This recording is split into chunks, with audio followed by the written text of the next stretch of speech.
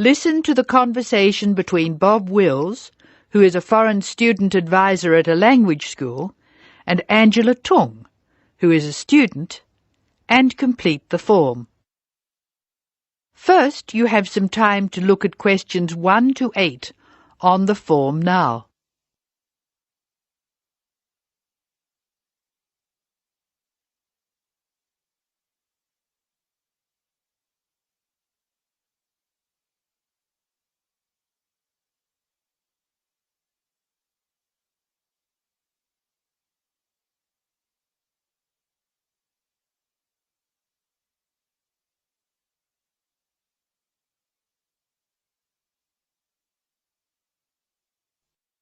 You should answer the questions as you listen because you will not hear the recording a second time. Now listen carefully and answer questions 1 to 8.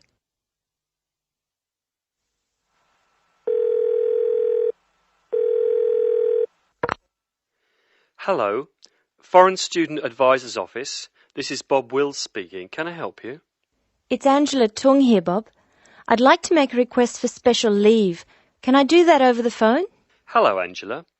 You can make that request by phone, but I'll have to fill the form out. Let me get the special leave form. OK, here it is. Tell me your student number, please. It's H for Harry, 5712. H 5712. OK. What's your address, Angela? I live at 10 Bridge Street, Tamworth. 10 Bridge Street, Tamworth. And your phone number? The telephone number's 8106745. Thanks. What course are you doing? I'm in the writing class. Writing. Who's your teacher this term? Mrs. Green. She spells her name like the colour. Thanks. When does your student visa expire? Let me look. July 15. July 15. OK. Which term do you want to take leave? Do you want dates? First, I have to write a term number. When do you want to take leave? In term 1. OK. Term 1. Now, can you tell me what are the exact dates? I'd like to be away May 31 to June 4. OK, I've got that. You'll miss 4 working days between May 31 and June 4. Is that right? Only 3. I'll be away over a weekend. I'll be back at my classes on June 5, so that's 3 days away. Look at questions 9 to 12.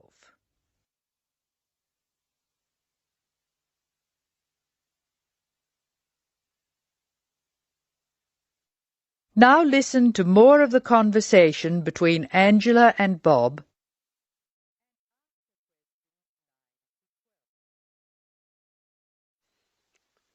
Why do you want to take leave, Angela? I'm going to visit my Aunt May. She's my mother's sister. She and her husband are my guardians while I'm here. Where do they live? About 50 kilometres from here, near Armadale. Do you have to take so long if they live nearby? My mother is coming with me. She's come for a holiday, so she wants to have some time with May. And I want to spend some time with my mother too. Aren't you going home soon? I've applied to extend my time here. I expect to go home in 12 months. That is the end of part 1. You now have half a minute to check your answers.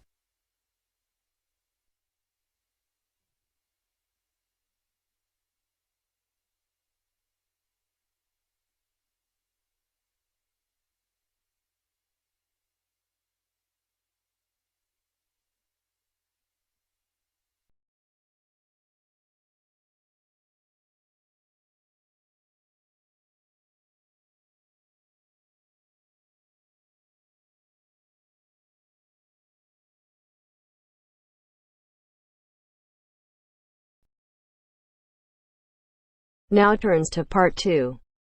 Part 2. You will hear a presenter on a radio phone-in show. The presenter is talking to a woman who was bitten by a poisonous spider. First, you have some time to look at questions 11 to 15.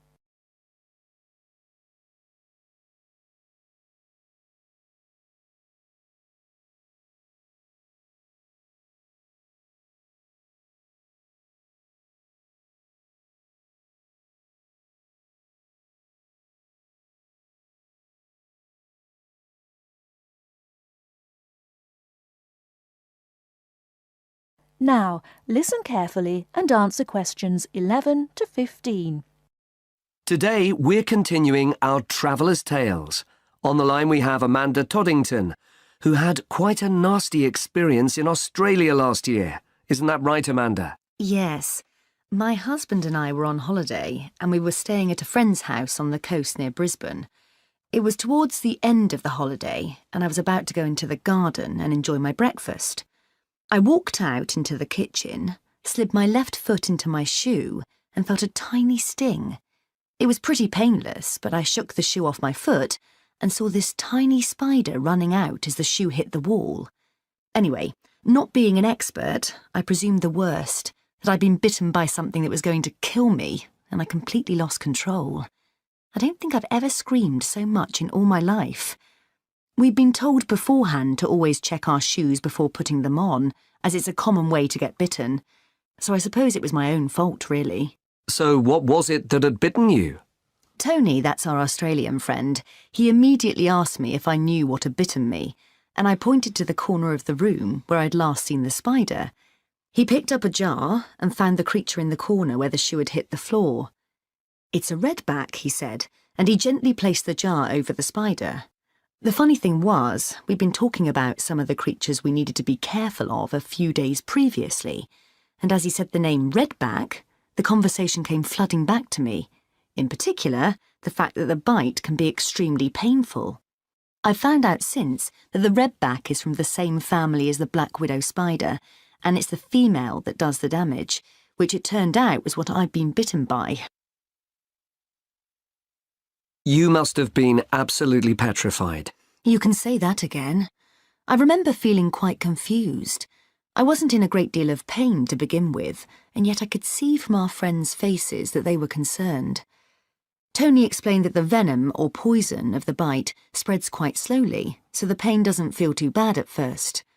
Gwen, Tony's wife, brought an ice pack, and Tony held it against the bite to make it less painful.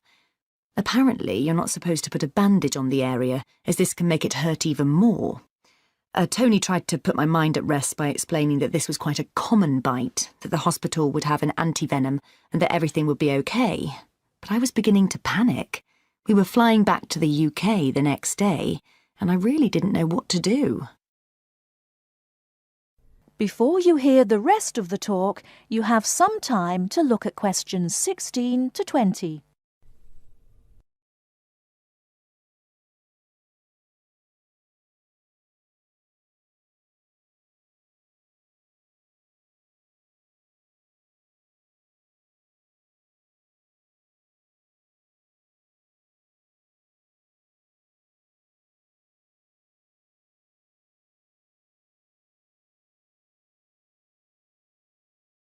Now listen and answer questions 16 to 20. So what did you do? Well, Tony phoned the doctor, who told him to check my symptoms for the next hour or two. As time went on, the pain became very intense, from my foot right up to my knee. My husband was on the internet and was reading out the possible symptoms. I wasn't feeling sick, and I hadn't yet developed a fever, but I had a terrible headache, and my foot was beginning to swell up. At this point, Tony decided to take me to the local hospital to be on the safe side. I really didn't want to go, as I had visions of being kept in for days and all our plans being spoilt. But Tony and my husband insisted. When we got to the hospital, I was relieved to see how casual everyone was when Tony explained I'd been bitten by a redback spider. They told me to take a seat and got on with their work.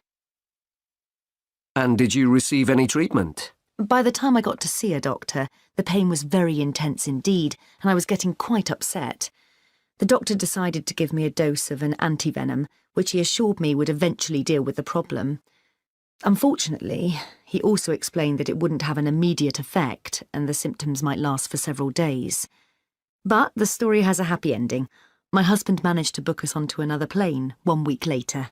And even better news was that the symptoms of the bite finally cleared up after about 24 hours. Within a couple of days, I was back to normal again. So thanks to the spider, we managed to extend our holiday by a week.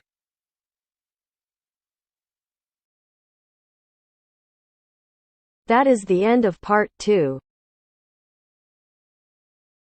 You now have half a minute to check your answers.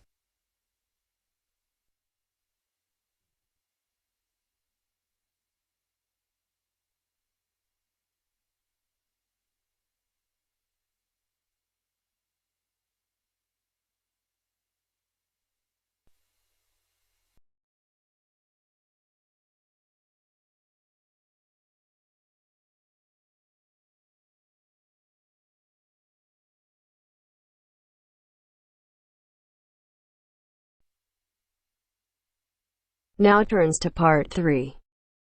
Part 3. Now turns to part 3. Part 3. You will hear a talk by a wildlife specialist on a type of bird called a kiwi. First, you have some time to look at questions 21 to 25.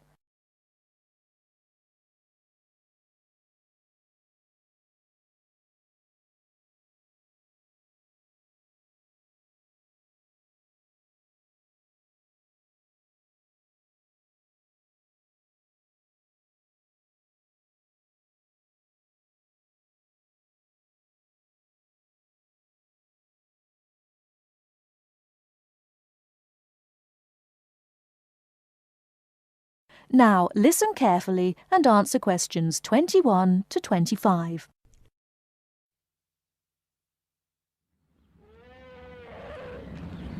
Ladies and gentlemen, welcome to Auckland Zoo on this sunny Sunday afternoon and to our special Kiwi fundraising event.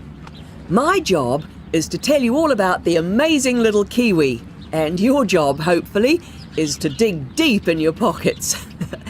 Now, for the benefit of our overseas visitors here today, I should explain first of all that the kiwi is the national bird of New Zealand, and sometimes New Zealanders themselves are known as kiwis. Now, while kiwis in the wild are a rare sight, the kiwi as a symbol is far more visible. Apart from being in toy stores and airport shops all over the world, you'll find them on our stamps and coins. The kiwi is the smallest member of the genus Apteryx, which also includes ostriches and emu. It gets its name from its shrill call, which sounds very much like this. Kiwi! Kiwi! Kiwis live in forests or swamps and feed on insects, worms, snails and berries. It's a nocturnal bird with limited sight, and therefore it has to rely on its very keen sense of smell to find food and to sense danger. Its nostrils are actually right on the end of its long beak, which is 1/3 of the body length. Now, here's an interesting fact. Although kiwis have wings, they serve little purpose, because the kiwi is a flightless bird. Since white settlement of the islands, kiwi numbers have dropped from 12 million to less than 70,000. And our national bird is rapidly becoming an endangered species. This is because they're being threatened by what we call introduced animals. Animals which were brought to New Zealand, such as cats and ferrets, which eat kiwi eggs and their chicks.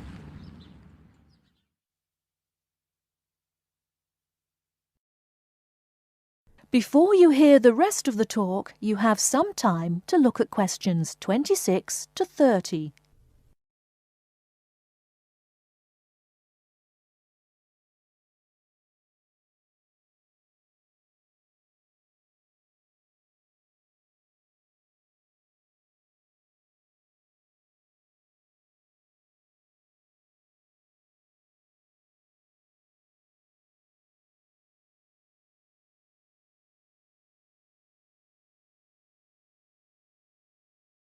Now listen and answer questions 26 to 30. And so we have launched the Kiwi Recovery Programme in an all-out effort to save our national bird from extinction. There are 3 stages to this programme. Firstly, we have the scientific research stage.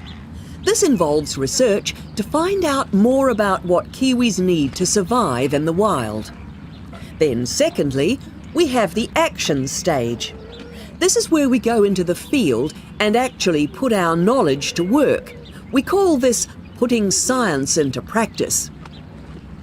And then we come to the 3rd stage, the global education stage.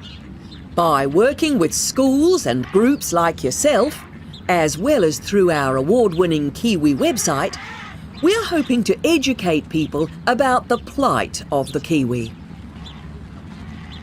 As part of the action stage, which I just mentioned, we've introduced Operation Nest Egg, and this is where your money will be going. It works like this. It's a 3-stage process. First of all, we go out to the kiwi's natural habitat and we collect kiwi eggs. This is the tricky part, because it can be very difficult to find the eggs. Then, in safe surroundings, away from predators, the chicks are reared. Now, this can be done on predator-free islands or in captivity. They're reared until they're about 9 months old, at which stage the chicks are returned to the wild. So far, it's proving successful. And since we started the programme, some 34 chicks have been successfully raised this year, and their chances of survival have increased from 5 to 85%. However, it's not time to celebrate kiwi survival just yet. About 95% of kiwi chicks still don't make it to 6 months of age without protection, which is why Operation Nest Egg is so important. And we ask you to give generously today.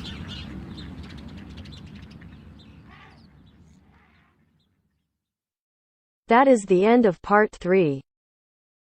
You now have half a minute to check your answers.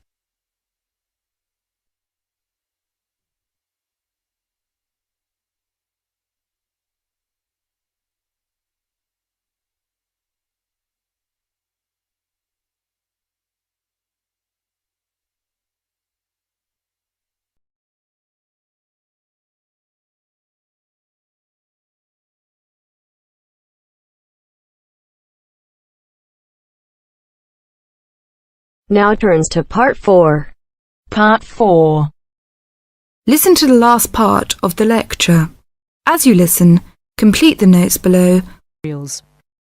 First, you have some time to look at questions 31 to 40.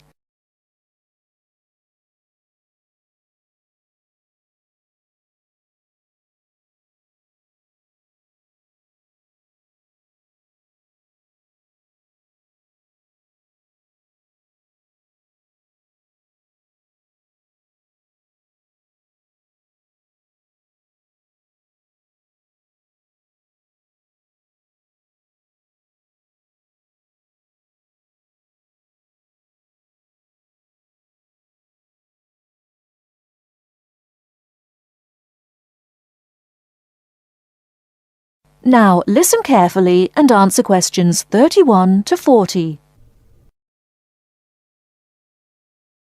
Last time I said that a lot of Irish people left the country and went to England, America and many other foreign countries.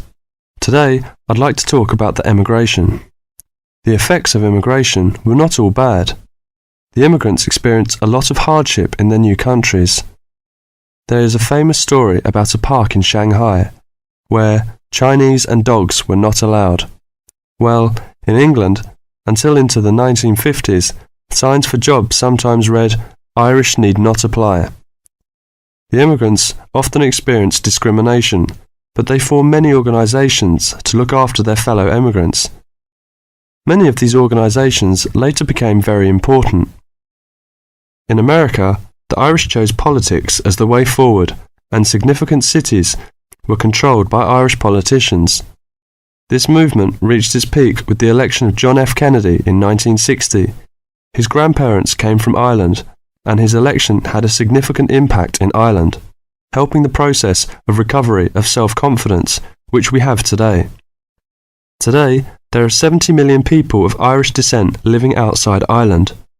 In America alone, there are 40 million people, and 10 million of these people have a 100% Irish background.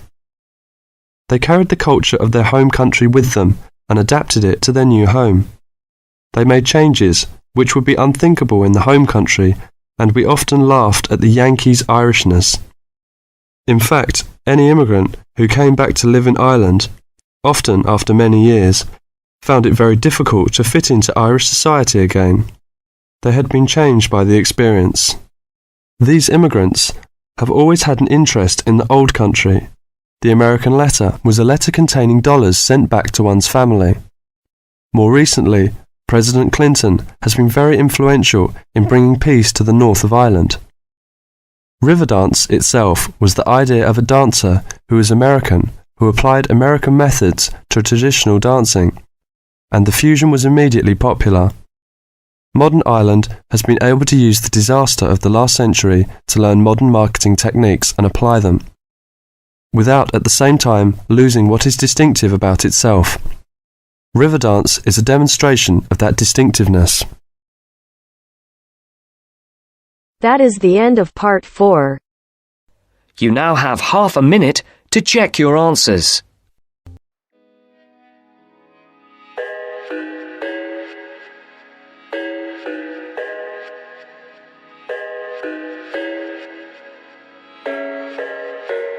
I thought I had it figured out, believed in us, we were meant to be, no doubt. A teenage love, everybody else could see the way we were, living in a fantasy. But when I